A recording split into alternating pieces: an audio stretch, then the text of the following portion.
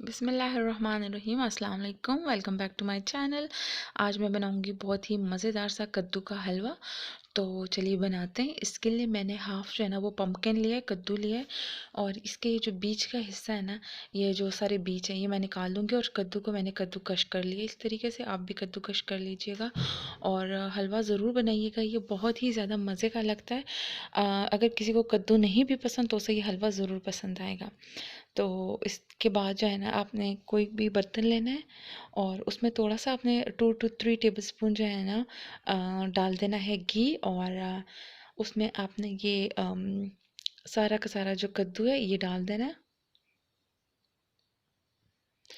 इसको ऐड करने के बाद आपने थोड़ा सा इसको पकाना है, थोड़ा सा ढक लीजिए और उसके बाद थोड़ा सा मिक्स कर लीजिए। ये देखिए कद्दू ने जो है ना वो बहुत ज़्यादा पानी छोड़ दिया था। अब मैंने इसमें तकरीबन 1 गिलास दूध डाला है और मैंने हाफ़ ग्लास जो है ना वो मलाई डाली है।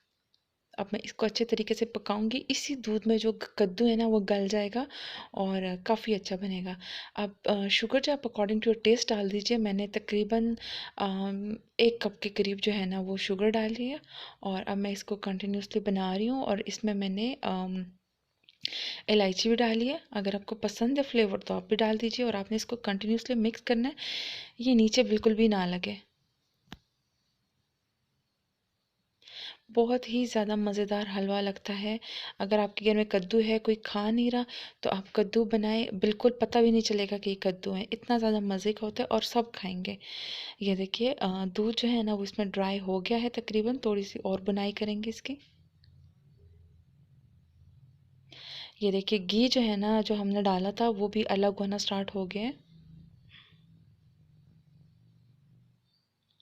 हमारा हलवा जो है ना वो बस तैयार होने के बहुत ज़्यादा करीब है।